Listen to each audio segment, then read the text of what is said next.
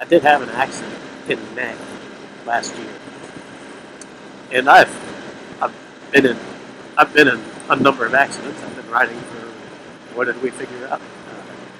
24 years.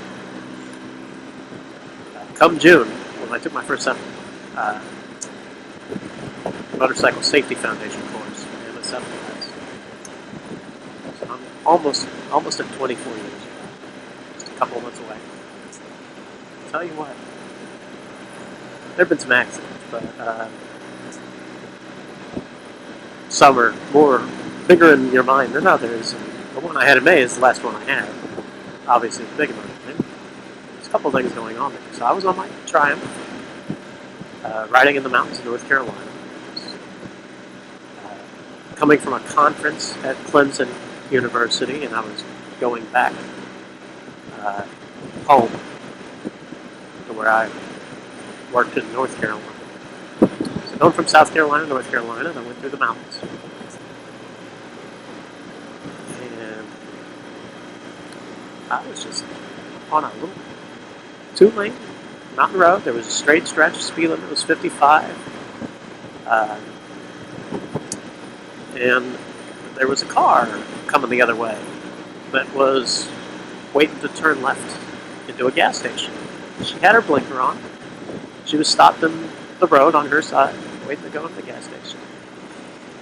And I saw her there, and I just, I'm very cautious about intersections, but also people doing things in front of me.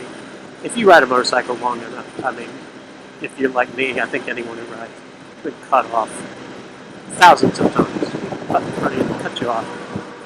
But I'm riding on that bike. I've got the Hi-Vis on. It's clear. It wasn't foggy or raining or dark or anything.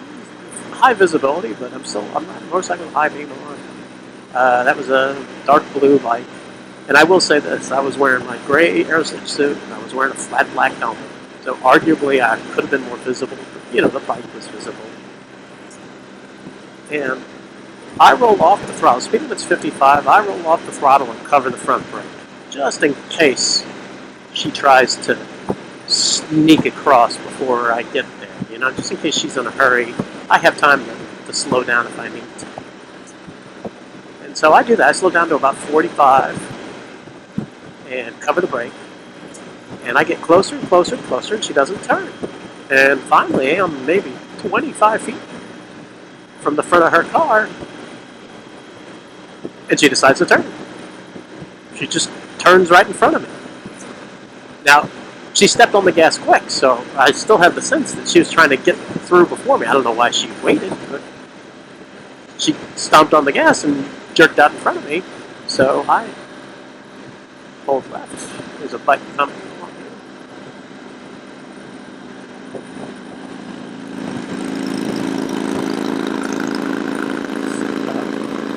I'm going really slow because I'm talking. Follow this guy. But she cuts. She cuts right in front of me. And so I move over to the left side of the lane to go around her. But, I'm still covering the brake and I'm still slowing down. So I continue to roll off the throttle and I move left so that as she pulls across, I'll be able to go around her without going into the oncoming traffic. But when she pulls out, she gets across my lane, and then she just stops, slams on the brakes. And I had nowhere to go. There was oncoming traffic behind her that had already started to move. There were cars behind me, but they were a little ways behind me. And so I grabbed all the brake I could grab. I plowed right into the right rear corner of her car. The car was a Ford Escape, small SUV, but sturdy SUV. And, versus a Triumph Tiger 800, it's really no contest. But my front wheel hit her passenger side rear wheel. And believe it or not, her car wasn't drivable. That bike smashed into her car hard enough. So the Triumph had ABS, so obviously the brakes didn't lock up. But I did get a good handful of brakes. I have no idea how fast I was going when I hit her. I just know that with very little room to spare, I was braking from about 40 or so as quickly as I could. So I slammed into her pretty hard. The bike hit hard, and the bike was totaled. Long story short, the bike was totaled. But not only did I, see, I can't go slow, I can't go fast. I set the cruise control. The best thing about cruise control, set it to the speed you want. So there we go. 73, that's a reasonable speed. So, the bike slams into her car. I go over the handlebars, knock out the windshield, and I think part of me hit the mirror. I think my groin, I had a GPS mounted right here, that my groin hit the GPS. In other words,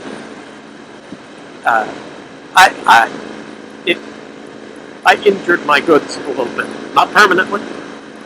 I was better. As a matter of fact, I fathered yet another child since then. So everything's good, I guess. So, sorry to be graphic. But I went over and I slammed. And I must have gone like that because the right side of my body, my helmet on the right side and the whole right side of my body slammed into that car hard. Pretty sure my elbow, my shoulder, my hip, and maybe even my knee slammed into that car really hard. And I bounced off it and landed on my back over here. I landed on my left side and then on my back. And when I bounced off the car and then landed on my left side, I stuck my left hand out and I sprained my left wrist. My two big injuries were the sprained left wrist. It was just a bad sprain. Nothing was broken. I got x-rayed. And it's mostly better now. Yeah, months and months later, it's mostly better. And I'll tell you what. It's something else. I was wearing my gray Aerostitch Roadcrafter Light. When I bought it was actually called the Ultralight, but now it's called the Light Tactical or something. There's no hatches on the elbows and knees. It's just a plain gray Aerostitch suit, but it's the lighter fabric they make the Darien light out of. But it's still very thick and sturdy. If you see one or try one on, you'll see it's thicker. It's way more thick and sturdy than most textile gear out on the market. So it's very, very abrasion resistant, but also has very, very good armor. Aerostitch armor. I gotta praise it. So I had in the shoulder, elbow, knee pads, and I also had the back protector, this normal back protector they sell to go with this. It doesn't come with a back protector, but I have it. I guess that guy that turns it, he has to use his finger with a black glove. People can see it. News for this guy, cars can't see me either. Pointing it out. So, obviously they can't see me. So I'm trying to tiger with the high beam on. Maybe didn't see me. So I sprained my left wrist and I bruised my right hip because at that time I did not have the hip armor in the suit. To be honest, when I got the suit, I wore it for a couple of years like that. I didn't think I needed the hip armor. I was like, my hip, that's basically my butt. And that's padded, and I'm wearing this nice thick suit. I'll be fine. Well, I had a hell of a bruise on my hip, and it's, sometimes I can still feel it's a little sore. Again, no fracture, no anything. I just did a lot of tissue damage in that accident. Ligaments and stuff. Bruising. And that was really it. I mean, the helmet obviously saved my head, because there's a nice mark on the right chin part of the helmet. Definitely, that would not have been pretty if I'd been wearing a little beanie or, if I'd been wearing shorts and a t-shirt, it would have been much worse. I didn't slide. I bounced off a car, hit a car with my body really hard, and then hit it so hard that I bounced off the car and then hit the ground. And did both with some force, as a matter of fact. I was just kind of laying there on my back for a second, not really aware of what was going on. But I didn't have a concussion. There's a whole story here, man. This lady, she's a very, very nice, sweet lady. She must have claimed and accepted fault 20 times after the accident. But she comes over to me and asks if I'm okay, said she didn't see me, blah, blah, blah. The bike is totaled. In a weird way, sometimes a total bike doesn't look too bad. And when we set the bike up in a way it didn't look too bad, the front wheel was actually shattered. There were pieces of the front wheel around. Forks were obviously bent, but more than that, the frame had bent just a little bit at the steering head, because that's what happens. The cruise control turned off when I hit the reduce. So anyway, it was not, the bike was not. I knew it was totaled. People looking around were, she didn't think the bike was totaled. That's because I've totaled a bike before, but I've also seen total bikes before. I know how easy it is to total a bike. I know pretty much if a bike hits anything solid head on, it's gone. It's toast. So, and the bike was toast. It was total. It wasn't hard. The insurance adjuster, when he looked at it, wasn't hard for him to say that it was total. But her car wasn't drivable. The bike hit her car so hard that the wheel was kind of caved in. There was also a really good dent, obviously, in her car. There were two dents. There was kind of right above, the fender right above the wheel. That was dented in a little from the bike. But then up on kind of the passenger door and higher than that, or, on the other side and up, was a nice good dent from where I hit the car. So I have no idea what it cost to fix her car. That was her problem, her insurance company's problem. But, so she said, of course, I didn't see, that's what they always say, I didn't see that motorcycle. Oh no, there's a motorcycle? But then what she told me was really interesting, which is she had a passenger in the car.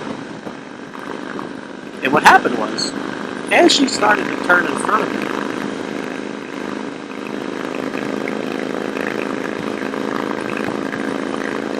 this guy, he has a vest. That means he's part of some club. Kind of impressed. Anyway, I kind of ride a motorcycle to be away from everybody. I'm sorry to say. I like the quiet inside the home, although I do listen to music sometimes.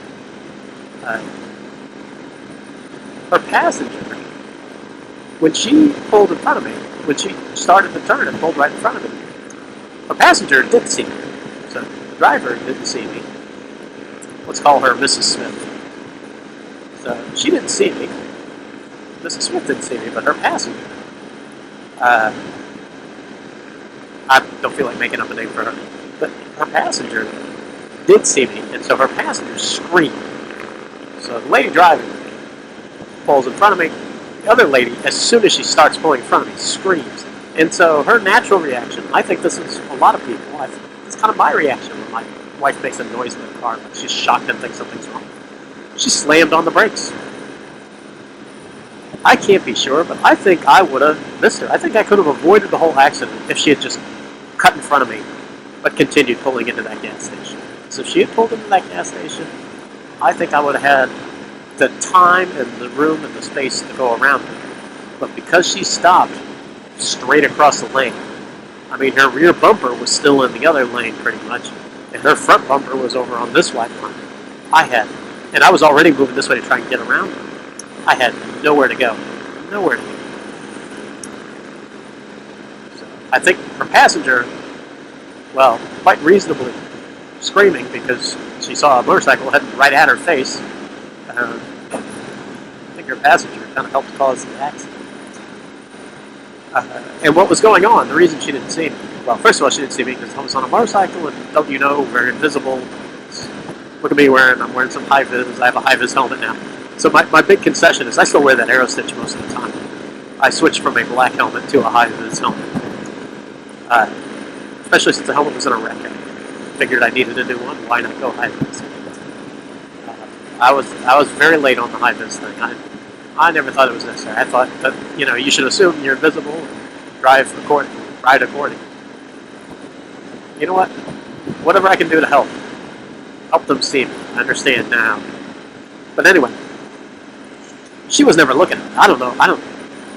Sometimes I think if I'd been wearing Hi-Vis, she wouldn't have seen me in one, because there was a tanker that was filling up the tanks at the gas station, and that tanker was in her way. And so the reason she was waiting and waiting as I was approaching was because she was waiting for that tanker. That tanker was moving out of the way. She was waiting for the tanker to move out of the way so that she could pull in to the entrance to the gas station. And, I knew that there was activity. I could see that there was stuff going on at the gas station. She was about to pull in. That's part of the reason I rolled off and slowed down and covered the brake, because it looked like a sketchy situation. But as soon as that tanker cleared, she took off. She started to turn. So she didn't even look in my direction. Now, again, this is where you get to the visibility of a motorcycle and how people perceive threats and all of that. If I'd been in an 18-wheeler, I bet she would have seen an 18-wheeler. But I'm not sure. I'm not sure. Just to be honest, I'm not sure she's that good a driver. She's a very nice lady. But the other thing she told me is, now her car was going to have to go back to the body shop at the Ford dealer. And doggone, let me tell you something. She really told me this, and I believe it, because why would you make it up? She had just come from the body shop because she had just had another accident, a week or two before that, and she had just gotten her car back from the shop. That day, she was coming back, and her friend it's just something else. She just gotten back from having getting her car back from being repaired from another accident. Now she was in another. There's a whole story there. Her husband's not well, and he can't drive, and she has to drive. She's an older lady. She's very nice. She called me that night to make sure I was okay, and she called me like a week later to make sure I was okay. And she called and she asked about the bike. I guess she doesn't know how insurance companies work. See, when it's your insurance company and they're paying for it, they can cut you a check right away. Man, if they have to pay because they're at fault, they will drag that out. So it happened at the end of May. It was a month and a half. It was a month and a half before I had a check, at least. At least. It was a few weeks before they accepted fault, even though the driver had said she was at fault, and she was ticketed. A state trooper came and ticketed her for whatever the violation is. She crossed the double yellow line to turn. You can do, if you're cautious about it, you can't do it into oncoming traffic. So whatever the ticket is, reckless driving, unsafe move, or whatever. She did it. She got a ticket. I obviously was not ticketed. There were witnesses around, but they took off. That's one of the reasons I've been thinking about getting the camera, and that's why I have this camera now. It took me a long time to get it. But I've started wondering, should I just have a camera on all the time? Because not everyone's going to be nice like this lady is. Not everyone's going to say, oh, it's my fault. I'm so sorry. I can't believe I just did that. I didn't see you. She said she wasn't looking. I wasn't looking. I was looking at that tanker. I wasn't looking. I'm so sorry. Are you okay? She went and got me ice. She was very concerned. So, that's the thing I can't emphasize enough. How nice and good this woman was. And she was not on the cell phone. Nothing like that. She just wasn't looking. Which is what really matters, is paying attention. I understand that if you're distracted and if you're texting or whatever, it's not good. Because it keeps you from, what it really does is it keeps you from paying attention. If you're some sort of savant, you can pay attention to lots of things at once all equally, then maybe it's not so bad. I'm probably not there. I probably glance down at the radio too much. I probably do too much of that when I'm driving a car. On the bike, you can help be a little more focused. It feels like more is at stake. So that's the story of the accident. My bike was totaled out. They did send me a check for the bike, and it was actually a very generous check. It was a very generous valuation. They included the accessories. Triumphs hold their value reasonably well. It was only a couple of years old. So all of that stuff was pretty good in terms of, I had the money to replace the bike. And I've played a little phone tag. Well, really, I'm not returning their calls. I'm kind of staying out of it. Uh, but they've made an offer for a pain and suffering in the injury part of, you know, I can't complain. I'm going to take the settlement. It's just, it's not a lot of money, so I'm in no hurry to take it. You know, that's just, I don't know what I need to call them back, I guess. But I'm busy, I'm very busy. If you don't believe I'm busy, well, let me just say, in effect, I have 3 jobs. It's all, I work for the, one employer, one paycheck, but there are 3 components to my job. There's being a college professor, the part I really like, the part I feel like I was born to do. And I have 2 very different administrative roles. One is very bureaucratic and administrative, and the other is not.